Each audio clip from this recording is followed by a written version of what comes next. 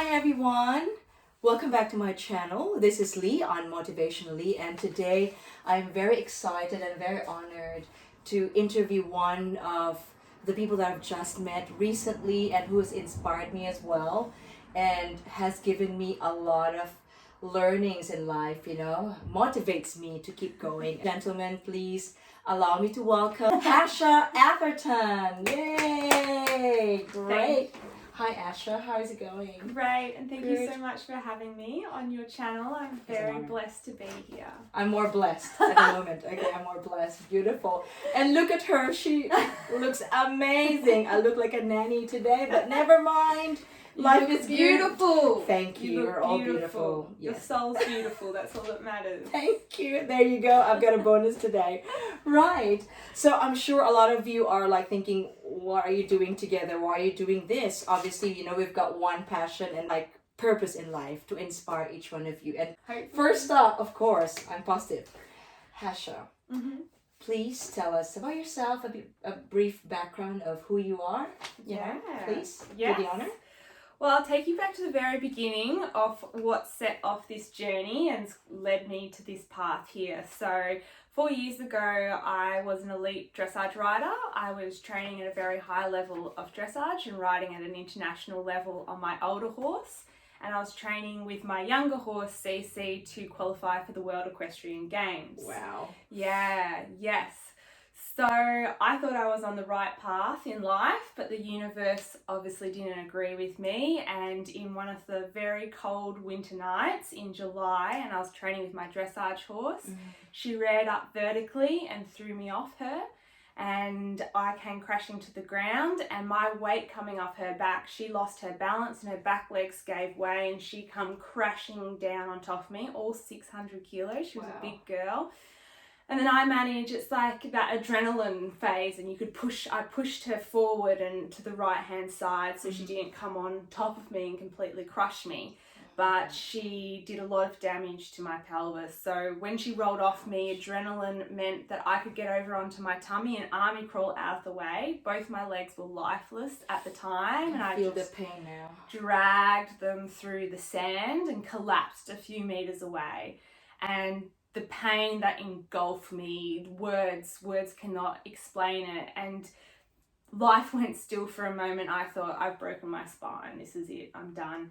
I was a very active person, road bike rider, runner, gym, yoga. If I wasn't sleeping, I was moving. So the ambulance came very quickly. I got airlifted to Alfred Hospital. And I had 2 very painful days there while the swelling and bleeding and everything had to go down before they could operate on my pelvis. I was told that luckily I hadn't broken my spine. I'd pretty much crushed my pelvis and badly broken both hips, including balls and socket. I had about 32 fractures on one hip and about 12 fractures on the other hip and a shattered pelvic bone. So I woke up from that surgery with doctors informing me that I may never walk again in any meaningful way and that life would be wheelchairs, crutches, walking frames, and to really readjust what my life was going to be like. So that set me into a very deep spiral of depression, but I'm sure later on we'll get onto some of the ways how I pulled myself out of that, but I was so determined not to accept that external limitation that was put on me, and I did it. I've taught myself to walk again. I spent 6 months in hospital doing that. 6 months? 6 months. That's a long time. And I've had 14 operations since the accident, over 4 years. But I'm very excited to announce I'm back walking. I've even started running. I'm back on my road bike. Back wearing high heels, which is incredible. So gorgeous today. Okay. Back wearing high heels. So that whole journey really not only kind of shattered my pelvis, it shattered my world, but it also shattered how I viewed the world. And I had this amazing opportunity, and I always say to people, you really need to search for the opportunity even in your darkest moments. So with my view of the world being shattered, I was able to rebuild those pieces and rebuild the way I look at the world in such a different and beautiful and empowering way. And instead of going and being a victim, I decided what I've taught myself is incredible, and then it ignited my passion to help other people now see their remarkable potential and empower them to connect with their courage so that they can overcome whatever challenge that they're facing. So it sent me on a much more fulfilling path in life, and I wouldn't change the accident for the world, because I love what I'm doing now. I love connecting with people. I love supporting people to overcome their challenges. Yeah, look at that glow. Yeah. Beautiful. As if nothing had happened, right? Yeah. That is positivity as well. Yeah. So that's on that side. Then on the professional side, I'm actually a CPA. So I'm an accountant. I'm a chief commercial officer. Good in math. Yeah, good at maths. So I'm a chief commercial officer at a company that manufactures medical infection control equipment. I've also founded a not-for-profit called Empowered Women in Trades, which is the purpose of getting females into skilled trades within Australia, which is very exciting. And then doing things like this, I do what I call courage coaching, keynote speaking, just to inspire people as well. So that's me in a little nutshell. Wow, it's like a huge gift coming inside from you, you know. It's beautiful. It's just a beautiful gift. And listening to your story a while ago and your background as well, it seems like you have already reached and experienced the lowest point of your life. Is that right? Yes, very much so. And I can, even despite of all the ups and downs, and especially those moments that are what happened with 14 operations and 6 months in the hospital, I don't want to go back to that, but I'm really curious that what motivates you to keep going? Well, one thing that really motivated me back in hospital and really empowered me to stand up again, literally stand up again on land, is I started to realise the journey I was going through wasn't just my journey. So people around me, when I did have progress in my rehab, I could see how that really had a positive effect on other people. And seeing me overcome my challenges really helped people change their mindset and go, wow, she can do it, I can do it as well. So on the days that I couldn't stand up for me, I stood up for the people around me. I stood up for the people, I'm going to cry in a minute. Oh, I'm going to cry too. I need tissue here. I stood up for the rehab patients that were also struggling to recover from them. I stood up for my mum or my sister or anyone in my life that was struggling. I stood up for my mum and my dad to try and relieve their pain of seeing their little girl in a wheelchair in a hospital bed, lifeless. I stood up for my partner, who was so incredible and supported me, and I was in hospital in adult diapers. I had no control over my bladder because I had nerve damage to my bladder, and he would sort that out and help me in my wheelchair and change my adult nappy and diaper. And I was just, so in those moments when I couldn't motivate myself for me, doing it for my support tribe. And that comes till today. So still sometimes, some mornings I really do experience depression and low moments. And when I can't stand up for me, it's standing up to go and take my min pins, my little dogs, for a walk. Or I really think about, wow, I'll stand up today so that someone else who's struggling to stand up sees that, and then they have the courage to stand up as well. That's a good attitude, isn't it, right, ladies and gentlemen? Then actually tell us, where do you get your strength? I think it's a real combination. So my father, he was an elite sportsman. He sailed for Australia, which kind of encouraged me to want to pursue high levels of sporting excellence as well. He's a great businessman with business acumen. He was a professional boxer. And so I grew up with little sayings like, when the going gets tough, the tough gets going. It's not how many times you fall over, it's how many times you stand up. That's right. So my dad brought me up with a lot of those sayings. And then my mum on the other side has a lot more emotional resilience. She's very connected into her feminine side, her empathy, her vulnerability, her emotional resilience. So I think from her, I learned emotional side, from my dad more of that physical side and pushed through pain and mental and physical pain. And then through my mum, I really learned about embracing emotional vulnerability, being with your emotions and moving through with that. So I'm very lucky that I've got yin and yang parents. That's right. How lucky. Which meant that I got, a really holistic understanding of resilience, really. I love that word that you said, resilience, because, like, especially during pandemic, resilience is one of the biggest problem.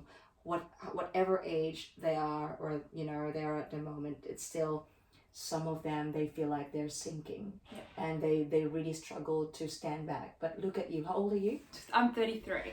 33, ladies and gentlemen. Look I don't know. It's everything you've said. It seems like you become a testimony to others, and saying that, it seems like whatever happens, it all happens for a reason. Yeah.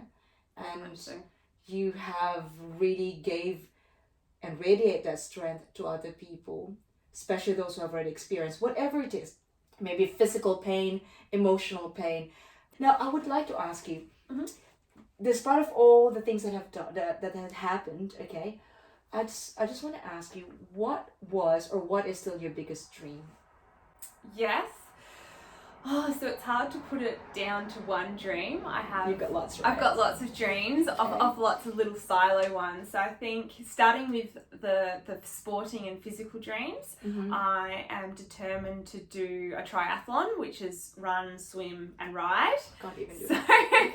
I'm very determined to do that on the physical side of it. And I've got all these little goals as well with running. I want to do in August the Run for the Kids, which is the 15K run. So all my nuts and bolts in my pelvis is going to get me through 15K. Wow. So that will be challenging. On a professional front, I would love to be an international keynote speaker, going around the world and hopefully igniting courage in the hearts and minds of people that I speak in front of. Again, with professional goals, with my not-for-profit, I would love to see the needle on the 2% of female representation in skilled trades in my lifetime move to your 25, your 30%, so your double digits as well. So I guess a big dream of mine is to be influential in achieving that and getting more equality within our skilled trade industries. Wow. Do you know what? I'm just gobsmacked. If I'm your mom, I'll be like, my dear, I'm so proud of you. Mom, wherever you are right now, if you're watching, look, I'm sure you're very proud. And Dad, what are the things that that you do? What are the things that you do but you don't like doing? Oh, my rehab. So after 14 operations, I've kind of had never-ending rehab with physio, with sports massage to unlock tight muscles and everything like that. It's painful, it's exhausting, it feels like I just keep hitting the reset button again and again and and again. So coming up to my surgeries, I go through a real pattern of anxiety and depression and overwhelm, and all the traumas from all the surgeries seem to build up. And even if it's a small surgery, it's very emotionally tough for me. And the rehab triggers the memories in your body of the trauma, of the pain of standing up for the first time, the pain of learning to walk for the first time again on land. So that's the thing that I hate doing the most, which I know is the most important thing to do. And I'm very good. I stick to all my physios out there. I'm a very good patient. I've got lots of friends who are physiotherapists as well. Yeah. Great job, guys. And they are incredible physios, OT. They are, I think, sometimes an overlooked healthcare professional, to the point I've actually sponsored a scholarship program at Epworth Hospital for so for their physios, OTs, allied health, to go and do some professional development and study and stuff, because they gave me so much to get me back on my feet. And now that I'm back on my feet, it's my turn to give back to the allied health professionals out there. Nurses as well. And nurses. So the Great nurses, job, physios, guys. OTs out there, you're amazing, you're incredible. You probably don't get thanked nearly as much as you should. But if it wasn't for professionals like you, I wouldn't be here doing what I'm doing. probably a great tip that I have for anyone that is facing a life challenge and that their life is changing tact, see it as an opportunity to learn. Get excited about your new circumstance. Even if it seems terrible, there's going to be a piece of gold in there to learn as well. So it reminds me of the book The Magic. Be grateful for everything, despite yeah. of what's happening. Just think of all the things that happen as beautiful in your life, and it will redirect your thinking as well, and can be more positive. What are the things that you love or you like to do, but you haven't done it yet? Well, one of them would be getting back on a horse one day, possibly. I would love to do that. The other things I'd love to do and haven't been able to do at the moment is traveling and skiing. So since the accident, I haven't skied or snowboarded. I'm a snowboarder since the accident.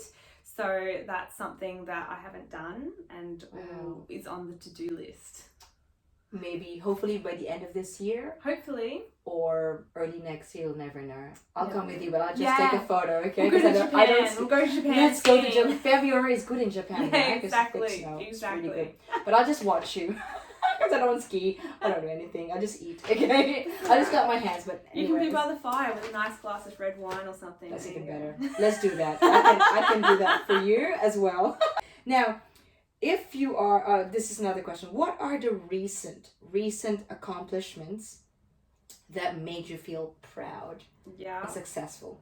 I'm sure you've got lots already, hundreds of There's tons, lists. And this is great because I can explain my process of redefining success, which is something I'm very keen to help people do, because so many people see success as linear, that it's putting the building blocks on and it's always something bigger or better. But it's not. You've really got to take into account your whole environment. What's your physical, mental health doing? And I define success for every day. So some of my greatest successful moments recently, I had surgery 2 months ago on my hip.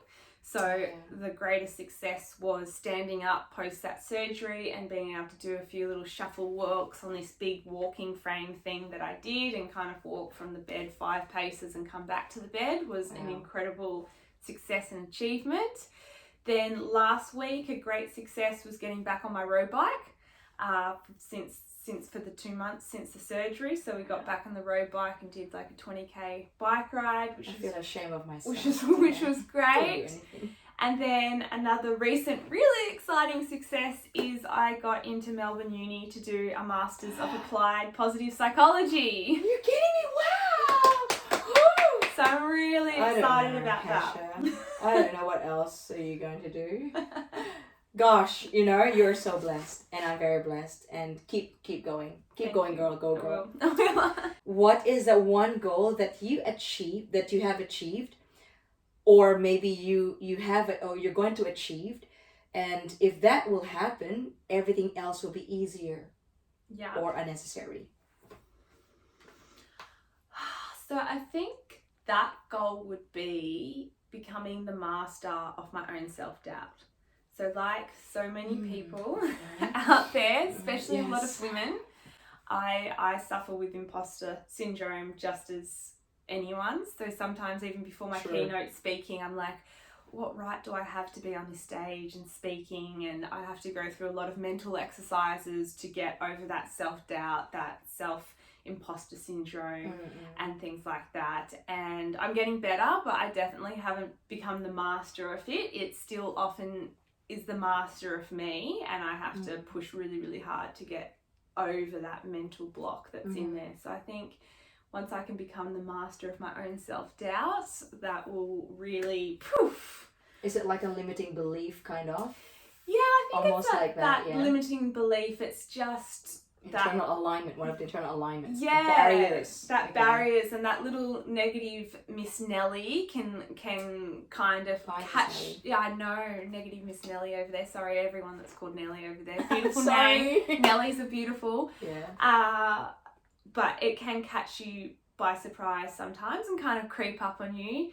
And I think if you're a bit tired or run down or anything like that, she can become very overpowering, that negative self-talk, that self-doubt. Yeah. I get it as well coming up when the surgeons say, yeah, you've got another operation and my right hip's eventually going to have to be replaced.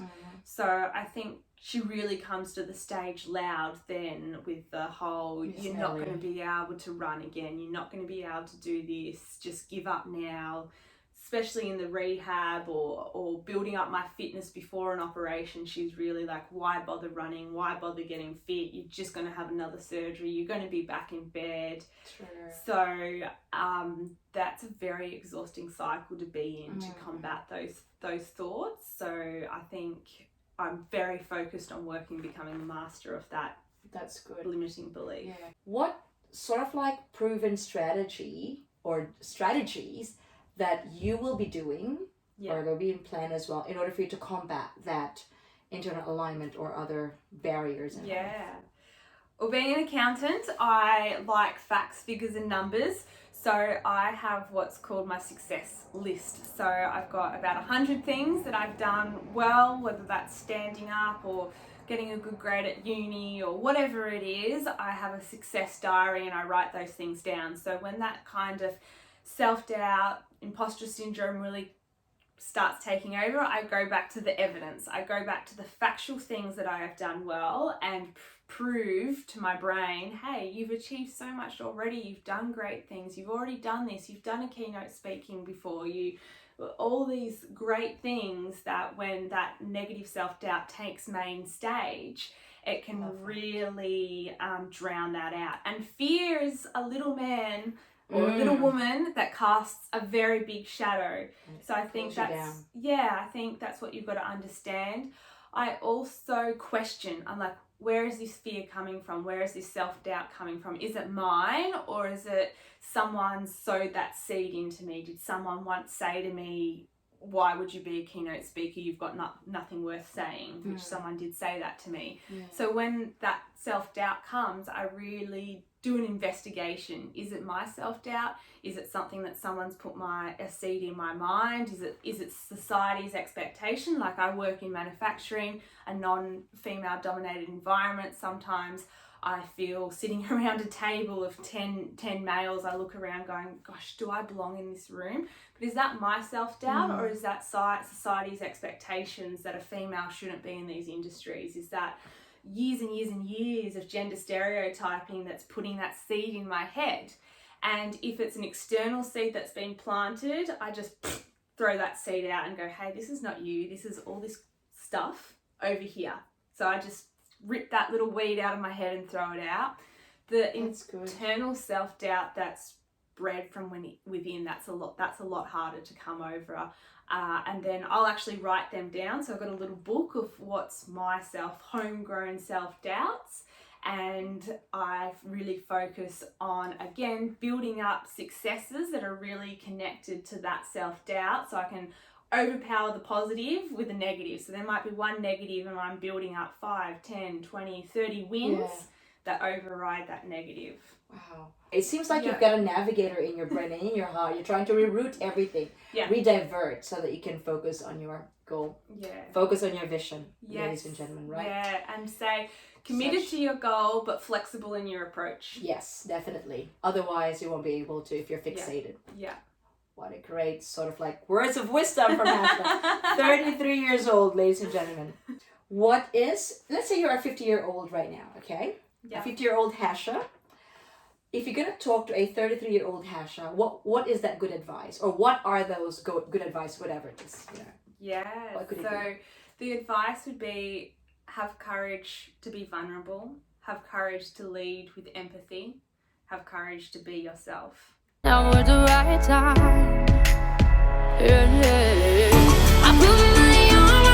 If you could turn back the time, knowing what you now know, what would you do differently? It's a great question. I love this question. Thank you. I would turn back the clock and live my life for me.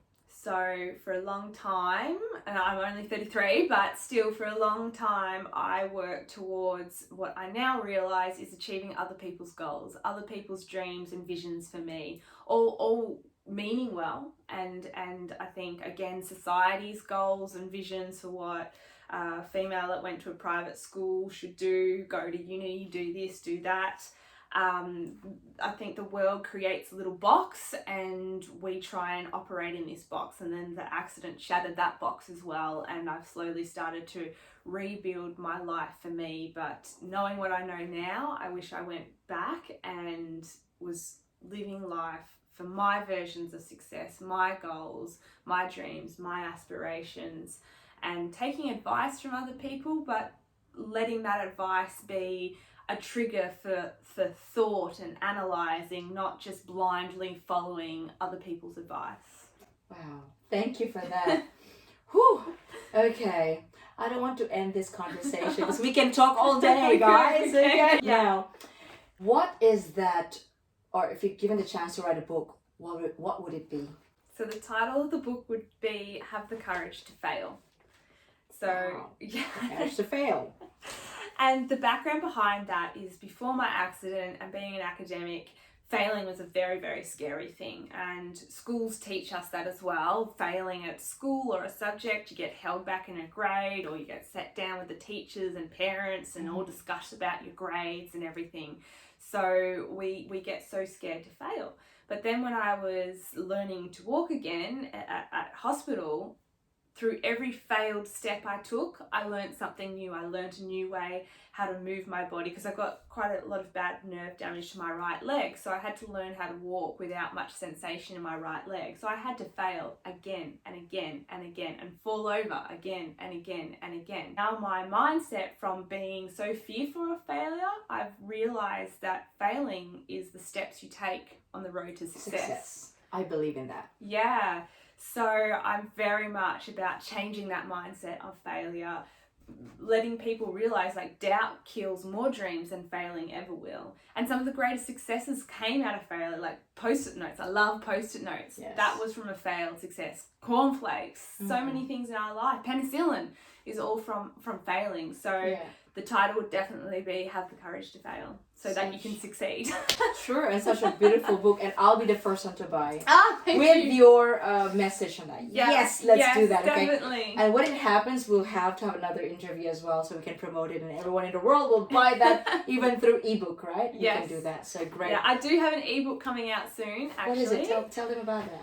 So the ebook's around transforming your fears into courage, and there's a whole bunch of different steps and tricks and tips that I use to transform my fear of learning to walk again into courage, to taking those steps towards success. And I want to clone her now. Can you be my eldest now? Yeah. You know, I love all my children, but of course I can have another one. Well done, Hasha. Thank you so much for today. And, is there anything else that you want to tell the whole television all over the world right now? Just thank you so much for having me, and everyone, have the courage to never give up on yourself. Great job. Have a beautiful day. And everyone, thank you so much once again. Don't forget to like and subscribe. We're only here on Motivationalee.